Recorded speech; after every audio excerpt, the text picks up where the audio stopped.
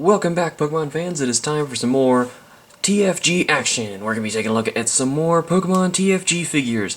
This time we're going to be looking at part 1 of 2 of the Commons from the Next Quest series. I'm dividing this one into 2 parts just because there just happens to be kind of a lot of them, and this is almost half of them right here, so we're going to be taking a look at half of these common figures first. And before we get into looking at these guys, I'm going to let you know how you get these figures, and it looks like all of them right here you would have to get from random packs, which means that it would be concealed. It would be one of the figures that you can't see, so it would be, like I just said, concealed. Usually there's 2 figures that you can see, maybe just one that you can see that is visible, and there is 1 figure that is not visible. These, generally speaking, unless I say otherwise, commons, uncommons, and rares from the Next Quest series, including the especially rare Pearl and Crystal subset figures, are all going to be inside those concealed spots. So that's how you get all these figures, and most of them we're going to be talking about from here on out. So that's kind of a bummer because they're kind of tough to run into, but there are a lot of people online you can find who are actually selling these figures individually. So that is pretty cool. You can probably get a good deal on them, especially if you're just looking for some individual ones for your own collection. So we're going to start by jumping right in and taking a look at this first one here. And this one is one of my favorites. This one is just insane. This is Beedrill. Take a look at him. I love the way he spins too. So one of the things you'll notice right away about Beedrill is how amazing his wings are. Look at how just clearly transparent they are. They're shiny. They really just look like insect wings, and they got these grooves in them. And, oh my gosh, I can't get over how awesome his wings are. They're just amazing. They're so thin. I feel like I'm going to break him just by touching him, but he's still able to contain himself on those quick spins because he's all hunched over and containing his weight, that center of gravity.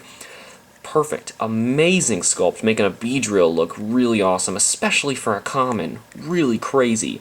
So, the details in him are just insane too. I mean, his little arms, they made no attempt to even attach like the legs and attach the leg down here to the body. They didn't. He's literally standing right now on this little rock dirt base.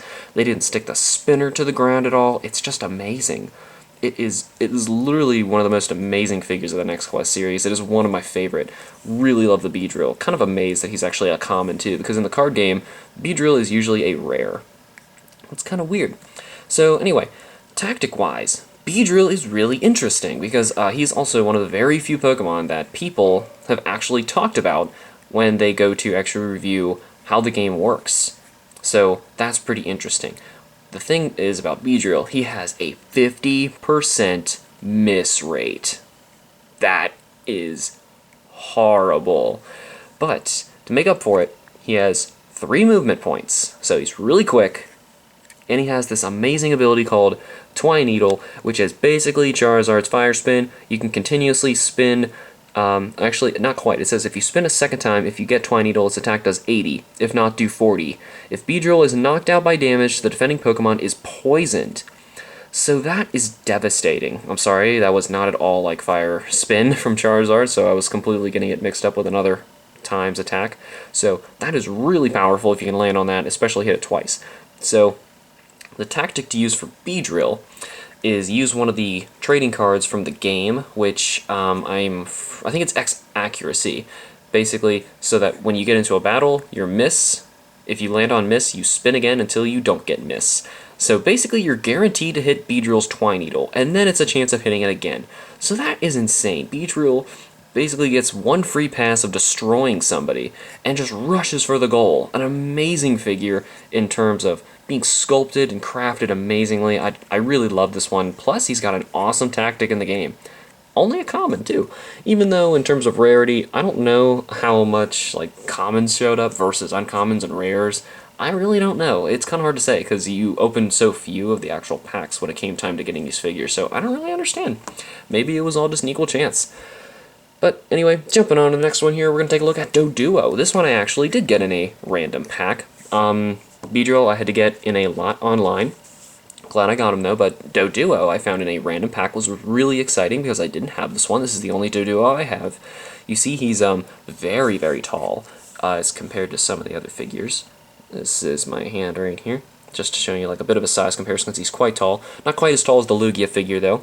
Very, very detailed, and like he's got all these little bristles in his fur sculpted out, different expressions on his face.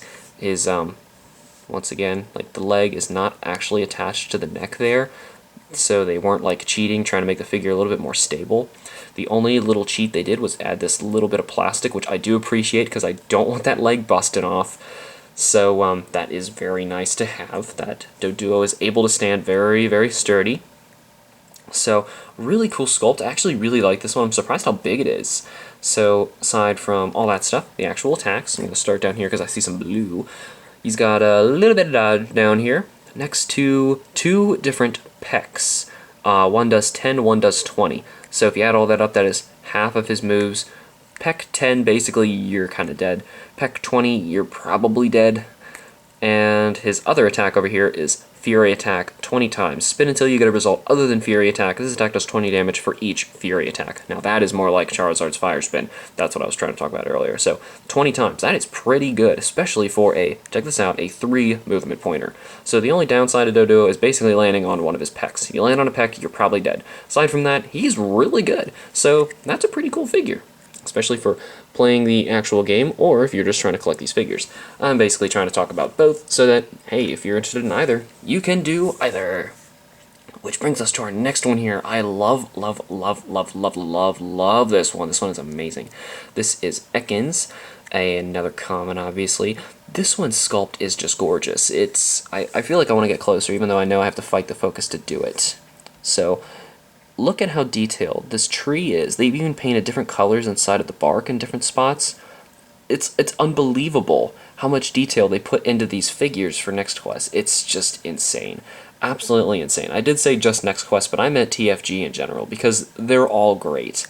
So, just the stick this Ekans is on is amazing. He's coiled around it in such an interesting way, like the body like kind of flops over here and then like grabs this again and spins out. I mean, like, how do you even begin trying to think about sculpting that? That's amazing. Really interesting figure. I mean, just for like a kid's game too. That's just crazy. If it was a kid's game, I mean, I'm not sure who they were entirely marketing this to, but then again, whatever. I find it really, really cool, really interesting. Really like this figure. Maybe it's just his colors too. He makes a really nice addition to the rest of the figures in the set.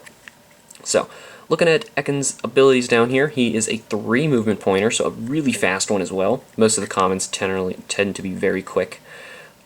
Spit Poison is his purple ability, which says the defending Pokemon is poisoned. That's interesting, because it's basically taking priority, and if someone gets poisoned, their attack is decreased. I believe it's by 20. And it is a 2 priority star, so that's pretty good. His actual attacks, he only has 2 pretty big chunks that say Wrap 20. The only way that would be good is if he hits you with a Spit Poison first and then a Wrap. Wrap might then kill you, but basically, I actually played a game once with Ekans, and my tactic was try and run up really quick, poison the strong Pokemon, and run away. Because then it lowers the chance that the opponent is actually going to want to fight with that Pokemon, and then I just never actually kill them. So it's a decent tactic there. Ekans has a good chunk of miss right there as well, so that is decent. He's pretty good to fight with. I think I chose him just because I really love this sculpt so much when I was fighting in that particular battle. Next we have Machop, who I actually, he was one of the first figures I got. He was in one of the original, what do we call it, lots that I found. It was quite a lot of figures, a lot, and he was actually the one I wanted the least, but I'm glad I did get him because I never really saw him again. So that is pretty cool. Got the common Machop. He has one of the biggest dodge ranges I've ever seen, and 2 very small misses. I'm sure if you put those misses together, it becomes like one decent-sized normal one, but they're very tiny. It's kind of interesting. Huge range of dodge, like I said. Aside from that, he has a sort of weak attack, Focus Punch. Excuse me. And the focus, I like blew up the focus by doing that too. 2 movement points, so he's not too quick. Focus Punch is not too strong. That's a lot of dodge though. But the thing is, if you dodge, you basically just counteract the battle didn't really happen. So it's okay. I don't really see any great tactics for that. Maybe if you wanted to like block your opponent from getting to your goal, you can just use a Machop and continuously dodge their attacks. Next one we're going to take a look at is Merrill. This is a really nice one too. I really like how detailed the clear plastic is and the electricity coming off of the tail. Here it is. It is actually kind of wobbly right there. I've seen some of them online where the Merrill's electricity is like much higher, going like up here. Maybe mine is just bent down for some reason, but it's just kind of the way mine is. I've tried to bend back up, but maybe it was just wrapped kind of funny. Anyway, my Merrill actually has some weird mistakes in the paint. Very, very minor. You have to get close up to see them, and it looks like you're not even really seeing them at all in the video. So if you really have to get that close to see mistakes in the paint for some of these figures, then you realize, hey, you know what, these are super detailed and I shouldn't even be complaining. So Merrill's in an interesting pose. I mean, how else could you pose a Merrill like this? That's pretty nice. The other thing that kind of bothers me about the Merrill too is its eyes kind of bulge out. They're actually sculpted, so it's kind of like creepy bug-eyed look, but maybe it's just weird because none of the other Pokemon that I've seen figure-wise have that, other than like Beedrill, but you know, Beedrill's a bug, he's supposed to. Bug-eye, duh. So anyway, pretty interesting sculpt. Really like the Merrill, especially the clear plastic up here. This one I had to get online in a more recent lot because I was missing the Merrill from the set. This has a 2-star purple attack, Thunder Wave. The defending Pokemon is paralyzed. That is pretty good. Good chunk of miss, so that is a little unfortunate. To make up for that though, it has 50% chance, it's 50% chance of Thunder Shock 40. That's not that great, but it has 2 movement points. So basically the great side of using the Merrill is to try and get this purple down here. Other attacks though, I mean, it's not that great, but you know, it's a really nice figure. I'm sure a lot of you people are probably not even going to play the game. I'm just covering that anyway just because I've played it before. It is kind of fun, and you know, I'm trying to I want to be able to bring the series back. It'd be a lot of fun if they actually did that, so kind of want to cover it anyway in case people do want to start playing it. Next one we got here, who's sitting up in the front, is a Merrill. Look at that guy. This was actually in one of those recent lots I had to get as well. Merrill here is in a really cool pose where it looks like it's actually like spinning in water or something when you spin it. It's pretty cool. I like the ones where they really thought about what would this Pokemon look like if you spun it, and then they tried to sculpt it in an interesting way so it would look like that. So you can see the Merrill up close. It's on this clear plastic, semi-clear plastic water that is kind of splashing up right there as it's got a little devious look as it's jumping into the water, spinning in a circle, splashing. Its tail and its foot, however, are actually combined, which I'm kind of glad they did that. I know I was saying I'm glad they didn't on the others, but this one, if they didn't do that, this tail would probably come broken all the time because, as you see, Merrill's tail is just a jagged little black line, and that's probably going to break very easily, especially if there's this big heavy ball at the end of it. So I am fine with that. Honestly, I didn't even really notice it until I got that close to this one, so that is perfectly fine with me. Let's check out the movement points and everything on this guy. He has 2 movement points. I already see over there it has a pretty big area of miss for a 2 movement pointer, but it is a common figure, so it's probably not that bad. Tackle, it has 30. Water gun, 40. That's pretty big for not a lot of power over there. And then we have rollout, 30 times. There we go, now we have a pretty decent attack. Spin until you get a result. Other than rollout, this attack does 30 damage for each rollout. So you can continuously land on that. That is pretty powerful, actually. So that is good if you can land on that. Other two, however, not so great, but you can probably take out some really weak Pokemon. Maybe some that are 3 movement pointers who are trying to jump in and quickly get to your goal. You can probably rely on this Merrill. I say probably because it's got quite a lot of miss over there, too. Now, I also like to point out, I think it's pretty interesting how they like to line up, like where your misses are with the figure, or your strong attack tends to be where it's facing, so it would be rolling towards you for rollout this way, aiming for a water gun with a water splashing towards you, and then you miss when Merrill's not facing you. So they did this with a lot of the figures, and it's really interesting if you pay more attention. Like Ekans' Spit Poison is where its mouth is facing you. Pretty cool. Last one we're going to take a look in this video today, which very similarly, like I just said, the poison attack is where it's facing. You get to its side where it doesn't see you, you're going to have a miss, we're going to get into the attacks later, but I'm basically just pointing that out. So take a look at your figures. It's really interesting when they do all that based on where they're facing. They've put so much effort in these things. It's just amazing. So this one here is Nidoran male. There is, I believe, no other of the Nidoran line in the TFG, so this is the only one if you're a Nidoran Nidoking fan.